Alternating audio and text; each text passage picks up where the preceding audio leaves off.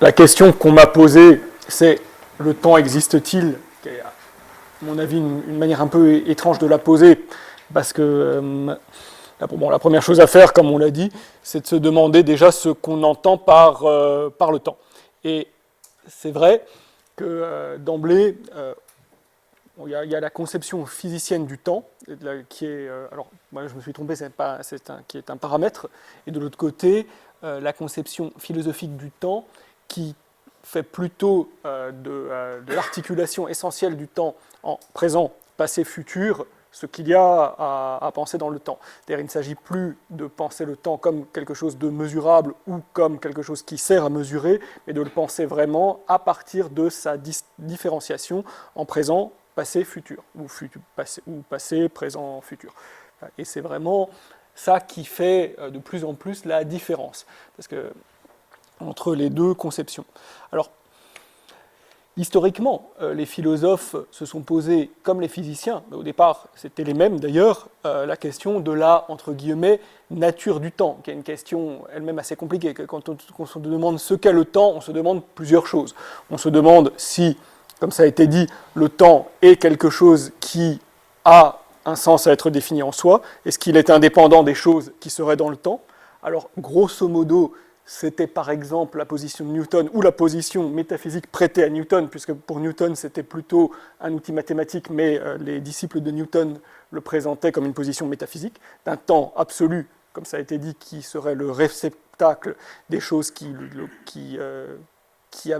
étaient temporelles. Et à l'époque, déjà, il y avait un débat entre les disciples de Newton, c'était Clarke, et Leibniz, qui lui disait qu'il est impossible de concevoir une durée sans concevoir un changement, et que donc le temps n'a de sens que pensée intrinsèque, inhérent aux choses. C'est-à-dire le temps est quelque chose le temps appartiendrait, serait une façon de penser l'ordre des choses, et non pas quelque chose, et non pas qui aurait sens à être défini indépendamment. Alors ensuite, il y a plein d'autres questions métaphysiques. On a pu se demander si l'univers est une totalité éternelle dont le temps n'est qu'une dimension. En d'autres termes, on a pu se demander s'il y avait un sens à vouloir penser en dehors du temps, s'il y avait un sens à vouloir s'affranchir de la dimension du temps et à penser qu'il pourrait exister d'une manière ou d'une autre un point de vue qui ne serait pas temporel, ou au contraire, si le temps est absolument inséparable de toute conception de l'univers. C'est-à-dire, soit métaphysiquement, ça veut dire que le monde s'invente vraiment avec le présent, soit de la manière qui est celle de Kant, en disant que la dimension du temps est en réalité liée à la possibilité de concevoir et de représenter un monde. C'est-à-dire, que la conception de Kant n'est pas de dire que le temps appartient aux choses, ni que ce soit un réceptacle, ni que ce soit un ordre des choses en soi, c'est qu'il est impossible de penser un monde sans le penser sous l'angle du temps, parce qu'il y a un certain nombre de paramètres qui sont indispensables dès lors qu'on veut penser un monde, c'est-à-dire un certain nombre de relations, que ce soit la causalité, que ce soit l'interaction, et que pour penser ces relations-là, on a besoin du paramètre de la dimension temporelle. Entre guillemets, le temps, en d'autres termes, le temps est une dimension a priori, c'est-à-dire non pas quelque chose qui appartient au monde, mais quelque chose qu'il est indispensable de poser dès lors qu'on essaie de penser le monde comme un monde. C'est la conception kantienne. Et à partir de là, évidemment, ça ouvre à deux choses. Ça ouvre d'une part à toute une réflexion sur le temps psychologique. C'est à partir du XIXe siècle qu'on commence à vouloir penser le temps vécu en essayant d'abord de lui appliquer les mêmes types de raisonnements qu'on a voulu appliquer au temps physique. Alors, toutes ces réflexions sur le temps vécu, sur le temps psychologique, elle s'intéresse d'abord à un certain nombre de dimensions temporelles du vécu. C'est-à-dire, on va se demander comment on a conscience de la durée, ce qui fait même que la durée est quelque chose qui est perceptible pour nous, ce qui en fait n'est pas évident. On va se demander comment on a conscience de la succession, là aussi, c'est pas évident. Ensuite, on va se demander comment on a conscience du changement, comment on a conscience de la simultanéité, et ça va entraîner ensuite un certain nombre de questions de plus en plus raffinées, de type quel est le plus petit intervalle dont on peut avoir conscience, qu'est-ce qui va distinguer dans notre vécu même la simultanéité de la succession, comment est-ce que dans notre mémoire on se souvient de la succession, ça se raffine de plus en plus avec un certain nombre d'expériences à la fois de pensée et d'expériences réelles qui ont commencé à être faites par les physiologistes du 19e siècle. Et c'est la base ensuite de toutes les neurosciences contemporaines qui distinguent de plus en plus de modalités et de la mémoire et de l'appréhension des durées et de l'appréhension des différents phénomènes temporels. Et ce qui est intéressant, c'est dans toute cette réflexion sur le temps psychologique ou le temps vécu, c'est qu'il y a eu un premier mouvement tout au long du 19e siècle qui était d'essayer d'appliquer les outils des sciences naturelles, d'essayer d'appliquer les outils de la physique, donc la mesure, la mathématisation, aux phénomènes vécus eux-mêmes. Mais il y a eu comme un contre-coup, en particulier avec Bergson, où Bergson a d'une part cherché à distinguer très très clairement le temps vécu du temps physique, en disant que le temps physique, c'est en réalité un temps spatialisé, donc que le temps des physiciens serait par essence autre chose que le temps. Mais Bergson rajoute, le temps vécu n'est pas justement seulement un temps psychologique, parce que la durée en tant qu'elle est vécue, en réalité, est une dimension métaphysique fondamentale qui appartient aux choses, et le vécu est pour nous une entrée dans cette dimension métaphysique fondamentale qui est celle de la durée. Alors ensuite, Bergson a même cherché à discuter avec Einstein à ce sujet-là, en essayant même d'établir des contre-modèles mathématiques d'un certain nombre d'expériences d'Einstein, en essayant d'inscrire la durée comme quelque chose de vraiment inhérent à l'être même de l'univers. Alors, autant la conception métaphysique de Bergson, telle qu'elle a été posée par Bergson, a été terriblement contestée, autant le fait de dire que la durée est quelque chose d'autre que le temps mesuré par les physiciens, et quelque chose qui a un sens qui peut sans doute aller au-delà de la durée éprouvée, là c'est quelque chose qui a une grande postérité, et qui est encore très intéressant, et qui ouvre à d'autres sortes de conceptions métaphysiques. Mais quand on est passé du temps physique, du temps métaphysique au temps vécu, finalement, on ne s'est pas encore interrogé sur ce qui fait qu'une chose est temporelle. On s'est toujours demandé ce qu'était le temps, comment mesurer le temps, quels étaient les éléments du temps, mais on ne s'est pas interrogé sur le temps en tant que structure, c'est-à-dire en tant qu'articulation présent, passé, futur. Et ça, finalement, même s'il y a un certain nombre de discussions chez les philosophes depuis Aristote, en passant par Saint-Augustin et chez Kant, c'est vraiment la phénoménologie et c'est vraiment Husserl qui vont réfléchir en profondeur à ce sujet, en passant de la question sur la nature du temps à la question de la constitution, c'est-à-dire de la structure du temps, et de ce qui, en profondeur, fait que quelque chose se manifeste qu'il y a sous la forme du temps. C'est-à-dire, toute la question de la phénoménologie, ça va vraiment être d'essayer de comprendre comment, de quelle manière, quelque chose comme le temps se manifeste à nous. Comment, à travers notre expérience, on peut élaborer les traits fondamentaux de la dimension temporelle. Les traits fondamentaux de la dimension temporelle, ce n'est pas simplement la dimension de notre temps vécu, mais c'est à partir de l'analyse de la temporalité de notre vécu, d'expliciter la structure temps elle-même. Alors, Husserl distingue au départ deux choses. D'une part, le temps objectif, donc, qui se caractérise par la permanence, la succession, la simultanéité, et d'autre part, ce qu'il appelle le temps immanent, qui se caractérise par la durée. Mais il faut, pour comprendre la temporalité de l'un comme de l'autre, il faut regarder d'un point de vue phénoménologique ce qu'il appelle les phénomènes qui constituent ces différentes temporalités. Et ce qui est intéressant pour lui, c'est d'examiner phénoménologiquement ce qu'il appelle le temps immanent, c'est-à-dire de comprendre, d'essayer d'examiner phénoménologiquement les phénomènes dont l'essence est de se donner de manière temporelle, c'est-à-dire des phénomènes qui durent. Et Husserl analyse pour cela la mélodie, parce que la mélodie, c'est quelque chose qui a intrinsèquement à une durée et qui a intrinsèquement à une durée différenciée. C'est-à-dire la conscience qu'on a d'une mélodie, c'est la conscience de notes qui se succèdent, et il s'agit vraiment de comprendre comment ce qui fait, ou ce que la possibilité même d'un phénomène comme la mélodie nous dit de la conscience du temps. Et ça dit un certain nombre de choses, dit Husserl. Déjà, qu'il faut voir qu'on ne peut pas simplement penser la constitution du temps pour nous à partir de la mémoire. C'est-à-dire qu'on ne peut pas penser la durée dans la mélodie, le phénomène de la mélodie, simplement en se disant que la note passée va être remémorée et ramenée comme une forme de mémoire, parce que deux choses. D'une part, le passage d'une note à l'autre fait partie du phénomène de la mélodie, et d'autre part, le fait que la mélodie n'est pas simplement constituée par un passage d'une note à l'autre, mais il y a toute une permanence de l'ordre des notes, mais une permanence qui n'est pas là comme une simultanéité. C'est-à-dire qu'il faut vraiment comprendre comment la mélodie se donne à la fois dynamiquement, se donne comme un tout, mais pas comme un tout qu'au présent. Et ça implique d'aller en deçà d'une conception dans laquelle les notes de la mélodie seraient simplement remémorées. Ce que Husserl essaie de faire, c'est de dire qu'il faut concevoir que finalement le concept de présent lui-même doit être revu parce que le présent en tant que tel est déjà temporel. C'est-à-dire l'expérience qu'on a, ce n'est pas simplement une expérience présente, c'est une expérience qui d'une phase temporelle qui est à la fois, il dit protentionnelle, c'est-à-dire tournée vers l'avenir, et rétentionnelle, c'est-à-dire tournée vers le passé.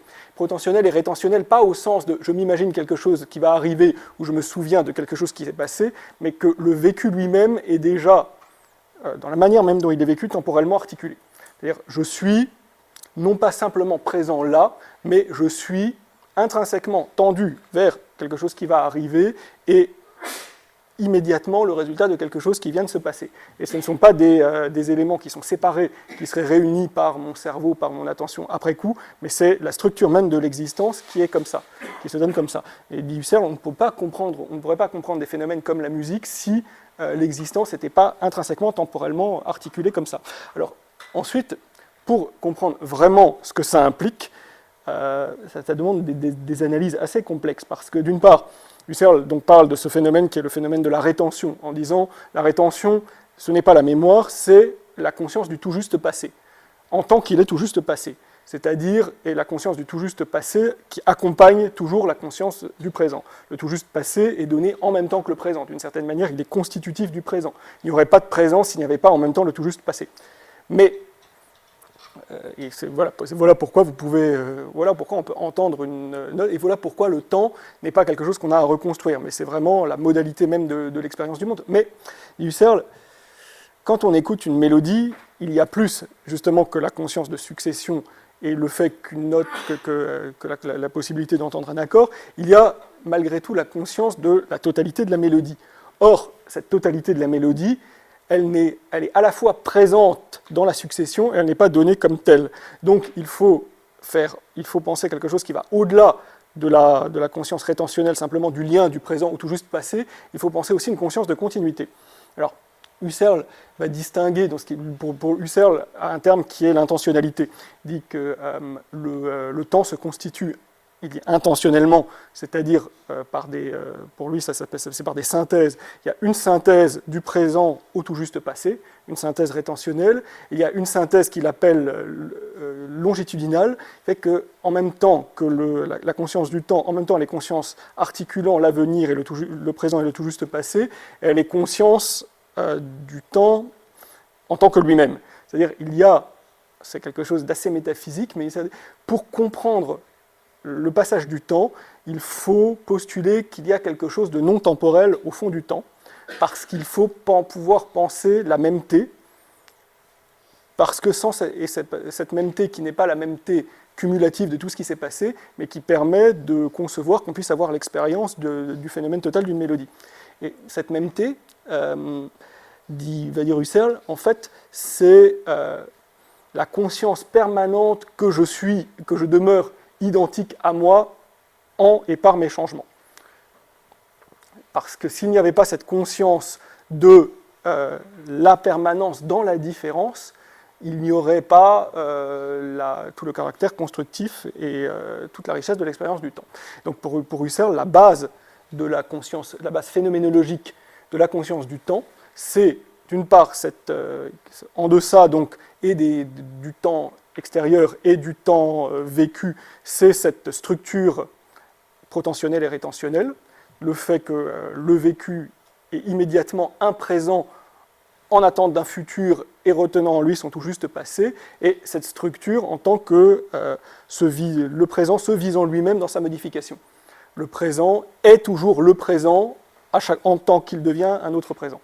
Et c'est vraiment, c'est assez métaphysique, mais dit Husserl, on ne peut pas rendre compte de la réalité du temps sans poser ces hypothèses métaphysiques. Alors ça a été beaucoup discuté après, mais c'est vraiment intéressant de voir tous les constituants qu'on est amené à poser quand on essaie vraiment de rendre compte de ce qui permet de penser, de poser des phénomènes temporels, quand on essaie vraiment d'examiner ce qui est sous-jacent au fait que nous existons temporellement, où le temps n'est pas du tout quelque chose de donné comme ça.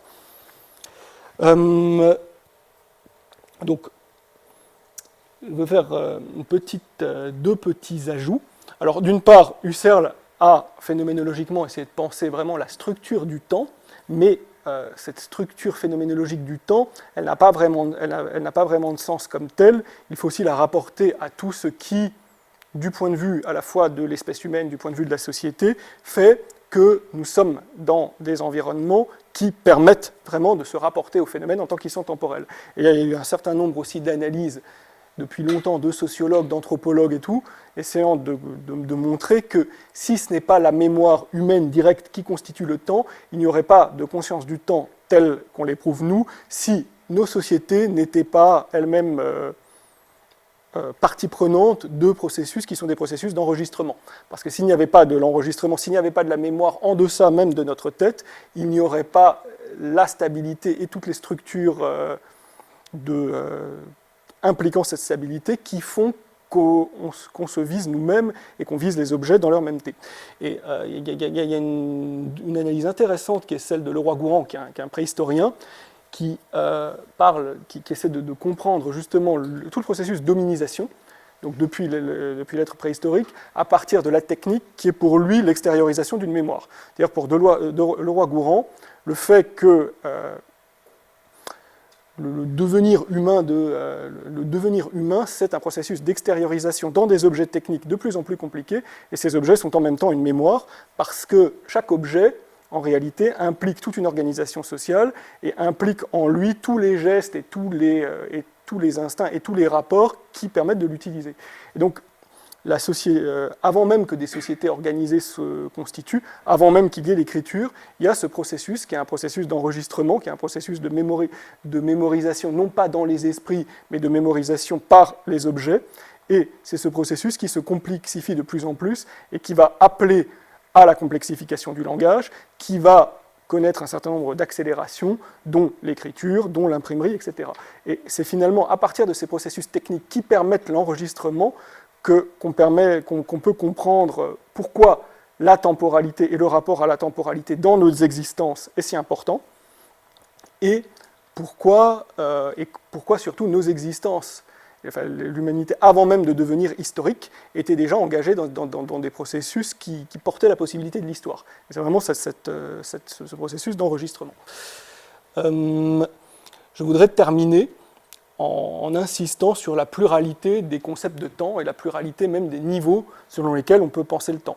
Alors déjà, du point de vue de l'idée de temps même, je le dis comme ça a été dit plusieurs fois, il y a vraiment, du point de vue de la physique pure, c'est un temps sans flèche du temps. Du point de vue des êtres complexes organisés, macroscopiques, c'est un temps qui est irréversible. Du point de vue social, il y a encore d'autres structures, puisqu'il y a vraiment les structures de remémoration, il y a les structures de cumulation, etc.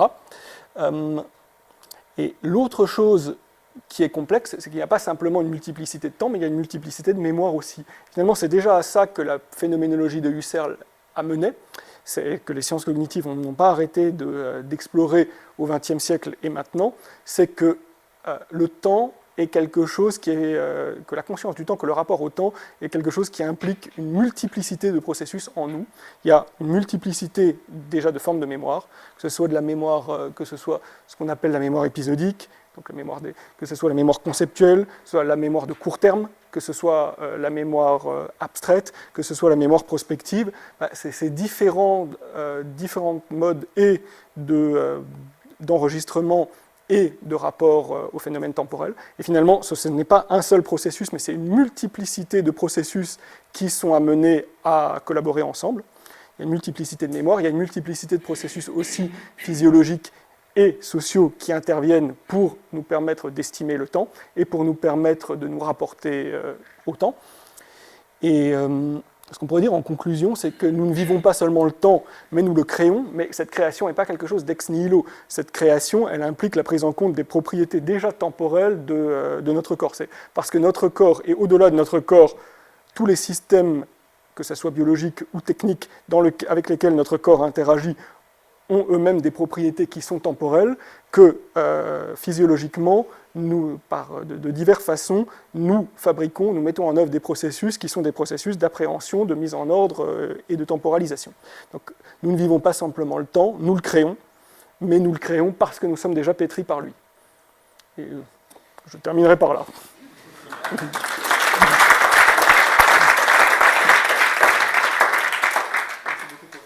Merci beaucoup pour cette intervention. Est-ce qu'il y a des questions ?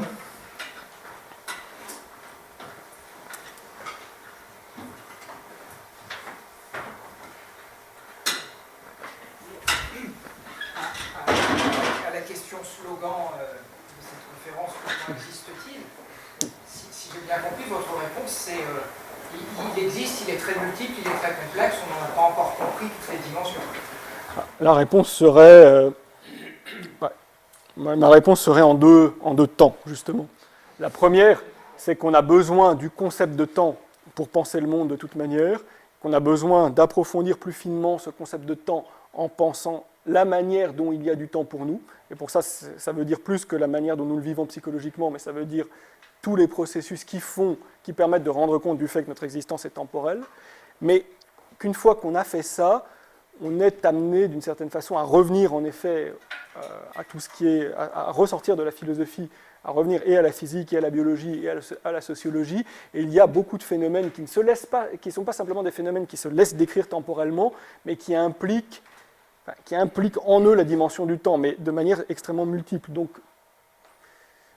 il n'y a pas, le temps ne désigne pas une seule chose. Le temps est une manière de désigner un ensemble de phénomènes processuels, et ça paraît le meilleur mot pour les désigner.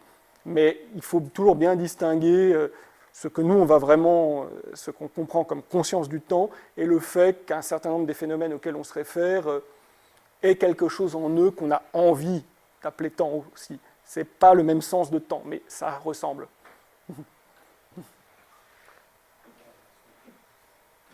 Quand on parle de multiplicité du temps, on parle bien de multiplicité de perception du temps. Le temps lui-même. D'expression, je dirais. Il y a beaucoup de choses à partir.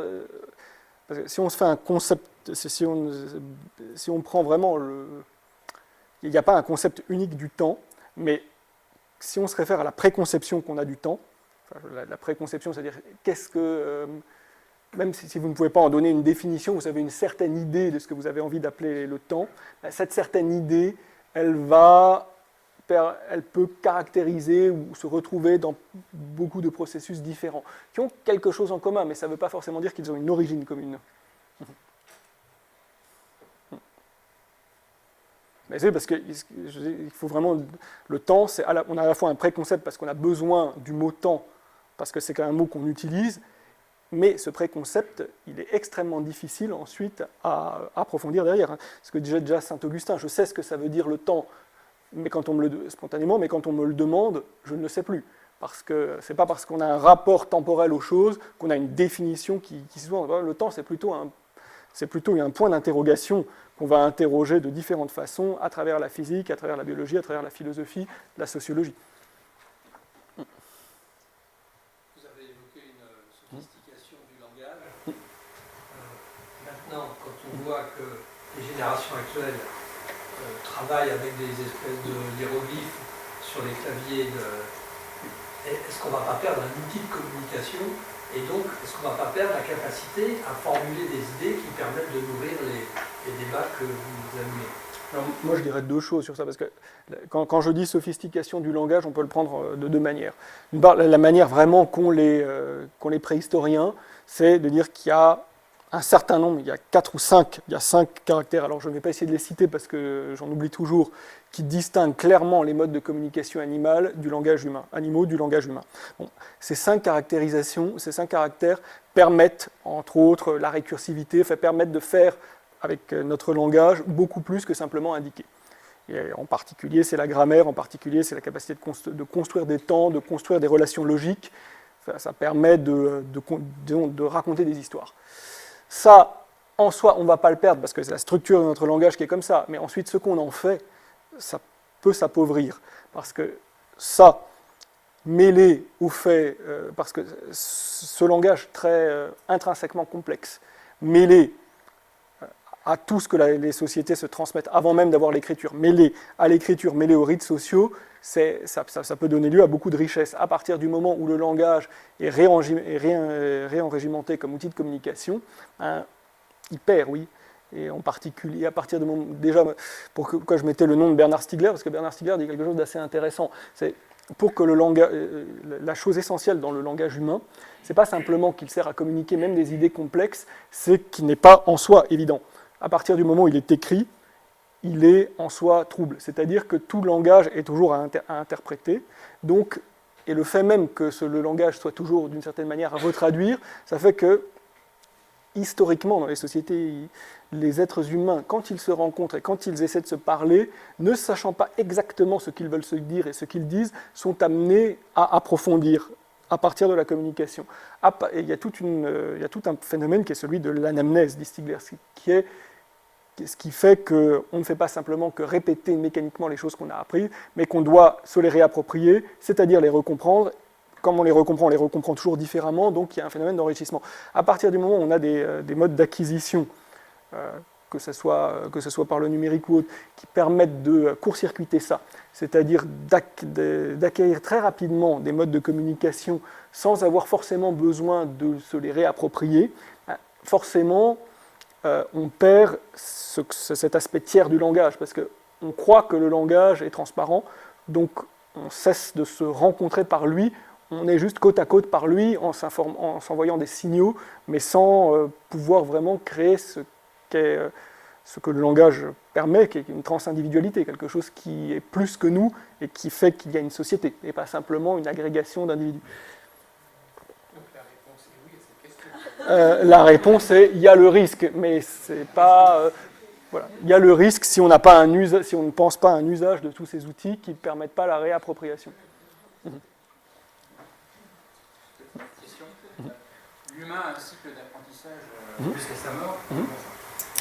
Est-ce qu'il y a un impact, comment voyez-vous l'impact de l'intelligence artificielle dans tout ceci et en espace-temps ? L'intelligence artificielle, ça peut... Alors, il y a vraiment deux choses, parce que déjà, tout ce qui est numérique, ça permet de court-circuiter un certain nombre de circuits, comme je le disais, parce que ça permet d'apprendre, de mémoriser des choses et de mémoriser des séquences de choses qui ressemblent à des raisonnements sans avoir accumulé toutes les strates qui les sous-tendent. C'est-à-dire que ça permet d'accumuler des illusions de raisonnement. L'intelligence artificielle, ça fait une chose supplémentaire, ça individualise. Ça permet une individualisation d'une part, ça individualise et d'autre part, ça moyennise. Donc, si on n'a pas un usage et si on ne met pas des garde-fous sur la manière même dont on conçoit les solutions IA, on risque de faire de l'IA quelque chose qui va complètement niveler. Mais ce n'est pas intrinsèque à l'IA comme telle, c'est parce que c'est qu'il faut vraiment faire en sorte que l'IA ne soit pas que l'IA ne soit pas construite simplement à partir de phénomènes moyens et que l'IA ne soit pas qu'on n'adapte pas les processus d'apprentissage à ce que peut faire l'IA. Donc, ce qui risque forcément, ce qui justement limerait toutes les aspérités, et qu'on permette au contraire à l'IA d'évoluer comme l'humain. Pour ça, ça implique un certain nombre de choses assez concrètes. Hein. Ça implique par exemple que les bases de données soient régulières. D'une part, qu'on examine très très clairement les biais qui sont dedans, parce qu'il n'y a pas d'IA sans biais, vu qu'une IA, ça extrait des biais d'un ensemble de bases de données et ça construit à partir d'elle. Donc il faut avoir dans la manière même dont on conçoit les algorithmes, il faut qu'on détermine déjà le type de biais qu'on accepte, le type de biais qu'on veut, le type de biais qu'on ne veut pas. Et d'autre part, il faut qu'on nettoie régulièrement, tous les 10 ans, les bases de données pour ne pas qu'il y ait un effet d'hystérésis, enfin de sédimentation, parce que tous les biais qui auront été pris pour l'entraînement des IA, qui auront été inclus dans l'entraînement des IA, ils sont liés à un certain état des données. Donc on ne va pas faire de cet état des données qui reflète aussi une certaine époque la norme pour toujours. Donc il faut qu'il y ait une évolution dans la manière de collecter les données. Et la troisième chose, ce que disent un certain nombre de philosophes ou de sociologues ou de mathématiciens d'ailleurs, c'est pour que l'IA justement n'ait pas cet effet moyennant, il faudrait introduire des dimensions purement aléatoires dedans. Il faudrait réintroduire de l'aléatoire de différentes façons dans les algorithmes eux-mêmes pour éviter justement qu'ils ne soient trop prévisibles, pour éviter que leurs résultats soient trop uniformes.